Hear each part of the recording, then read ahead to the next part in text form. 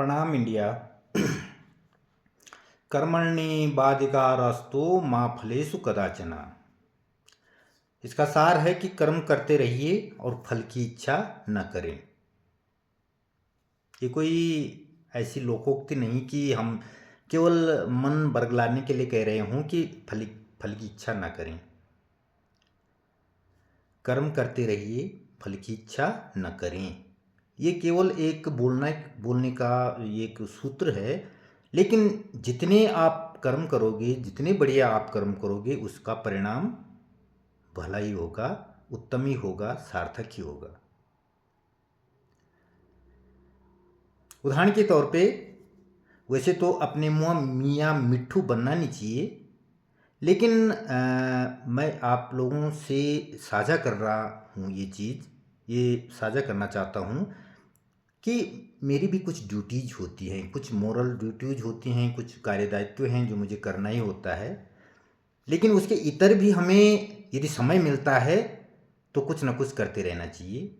वो चाहे अपने परिवार के हित में हो, वो चाहे अपने स्वयं के हित में हो, वो चाहे कम्युनिटी के हित में हो, वो चाहे गवर्नमेंट के हित में हो। गवर्नमेंट हम ही हैं, कम्युनिटी भी हम ही हैं, स्वयं भी हम ही हैं। तो इसमें ऐसा कोई विभेद करने की आवश्यकता नहीं है। जिसका भी भला होगा, मान लीजिए हम स्वयं का ही भला कर रहे हैं। उसमें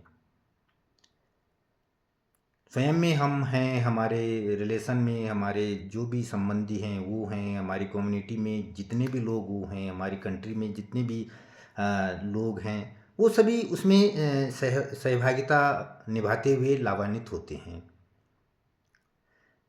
तो अपने लिए कोई नहीं करता है।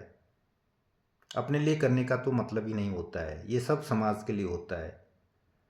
हमारे कुछ नियत दायित्व होते हैं कि जैसे हमें जो काम सौंपा गया है, जिस चीज़ के लिए हम कार्यरत हैं, वो तो करना ही करना है। वो तो हमारा दायित्व है। उसकी एवज में तो हम यदि सरकारी तंत्र से जुड़े हुए हैं तो कुछ पगार लेते हैं, या प्राइवेट तंत्र में हैं तो कुछ दिहाड़ी मजदूरी लेते हैं, मस्टोल के रूप में कुछ हासिल करते हैं। मतलब ये सब स्वार्थपरक होता है।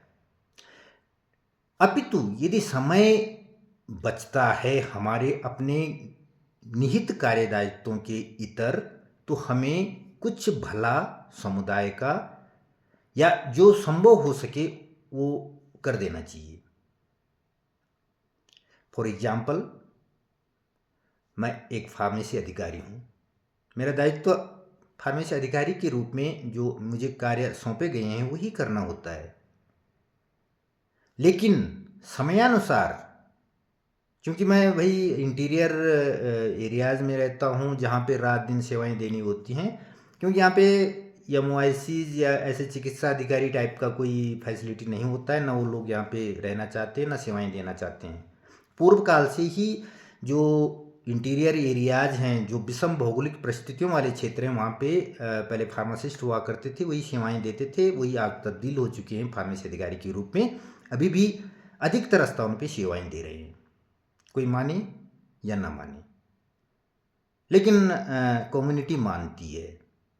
लिखित तंत्र, सरकारी तंत्र केवल व्यवस्थाएं कर देता है, लेकिन उस चीज़ को तथ्यपरक मानने के लिए तैयार नहीं होता है।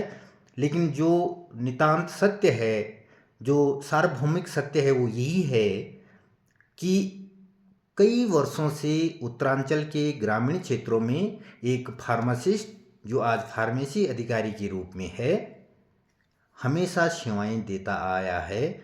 और दिन रात 24/7 उसी के सहारे दूरस्थ अंचलों की स्वास्थ्य सेवाएं चलती हैं।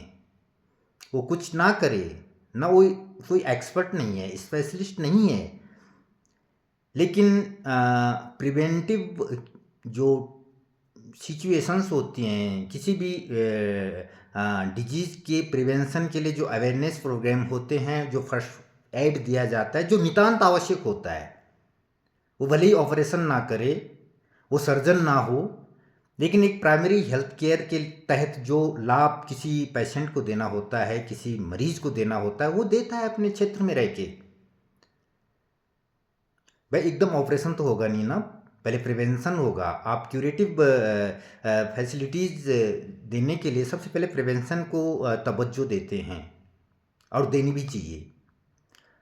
यदि हम बचाव के साधन बताएंगे, जागरूकता स्वास्थ्य संबंधी समाज में देंगे, सही सलाहें देंगे, जीने के तरीके सिखाएंगे, तो ऑपरेशन की तो नौबत ही नहीं आएगी।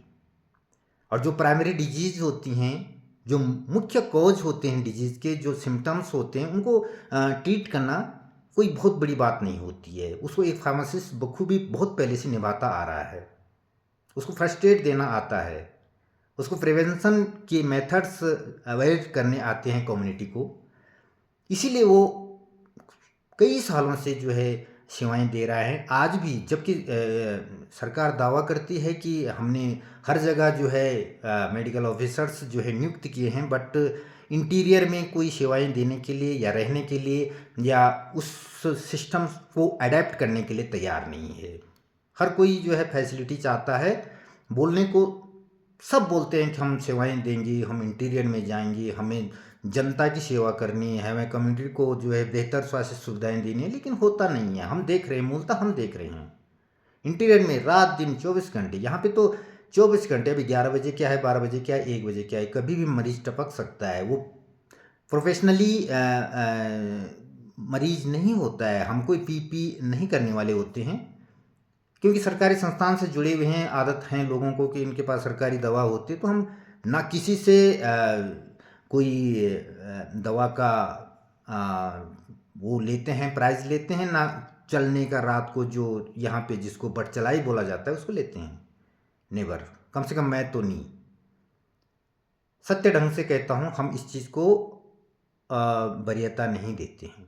हमारा उद्देश्य मात्र कम्युनिटी की हेल्प करना होता है, कम्युनिटी की सेवा करना होता है। जो उसका जो फर्स्ट एड है, उसको जो फर्स्ट ट्रीटमेंट मिलना चाहिए, जिसकी वजह से फर्स्ट ट्रीटमेंट एक ऐसा मेथडोलॉजी है जिसके तहत किसी भी मरीज को बचाया जा सकता है। ऑपरेशन तो बहुत बात की बात है। ऑपरेशन देहरादून या न्यू दिल्ली में हो सकता है, एम्स में हो सकता है, मैक्स में हो सकता है, इंद्रेश में हो सकता है, कहीं भी हो सकता है। लेकिन जो फर्स्ट नीड है, जो फर्स्ट ट्रीटमेंट है, जहाँ पे आदमी जूझ रहा होता है पेन से या किसी सफरिंग डिजीज से, तो उसको जो फर्स्ट एड दिया जाता है वही उसको मोटिवेट करता है आगे उसको क्योर करने के लिए, उसको अस्थायित्व देने के लिए, कि ताकि वो आगे ट्रीटमेंट के लिए प्रिपेयर हो सके। एकदम ऐसा कहीं नहीं होता कि आपको कुछ समस्या हुई और आपका सीधा ऑपरेशन हो जाए, आप स्पेशलिस्ट और सुपर स्पेशलिस्ट के हवाले कर दिए जाए। इसीलिए मैं ये बोलता हूँ कि अहम जिम्मेदारी फार्मासिस्ट को हो जाती है, जो फर्स्ट एड देता है। जो फार्मेसी अधिकारी फर्स्ट एड देता है किसी भी पेशेंट को, वो फर्स्ट पर्सन है जो उसको जो है एडवाइस करता है जीने के लिए, उसके सुपर स्वास्थ्य के लिए, उसको उज्जवल चिकित्सा के लिए। तो कहने का सार ये है कि प्राथमिक तौर पे स्वास्थ्य सुविधाओं की जो नींव हो, जो रीढ़ है, वो एक फार्मेसी अधिकारी ही होता है। बोलने को चाहे कोई कुछ भी बोले, सरकार इग्नोर करे, सिस्टम इग्नोर करे कि फार्मेसी अधिकारी कुछ नहीं है, वार्ड वाइड और सीएचओ या कोई और नर्सिंग ऑफिसर्स इस काम को कर सकते हैं, कर सकते हैं। हम किसी की कैटेगरी को कमतर नहीं आंकते हैं, सभी का सम्मान करते हैं, सभी को तवज्जो देते हैं। पर आज तक जो होता आया है, हम तो पिछले 25, 30, 35, 40 सालों से देख रहे हैं कि यह कमान जो है फार्मेसी वाला ही, जो फार्मासिस्ट होता है, जो आज फार्मेसी अधिकारी है, वही संभाले हुए है। तो हम कैसे माने? भले आज आपने उसको इग्नोर किया हो, उसकी तवज्जो को कम किया हो, उसको आप साइडलाइन करने की कगार पे हो, जो सिस्टम है, जो सरकारी तंत्र है, उसको तवज्जो नहीं देना चाह रहा हो, लेकिन वो रीढ़ रहा है स्वास्थ्य चिकित्सा का।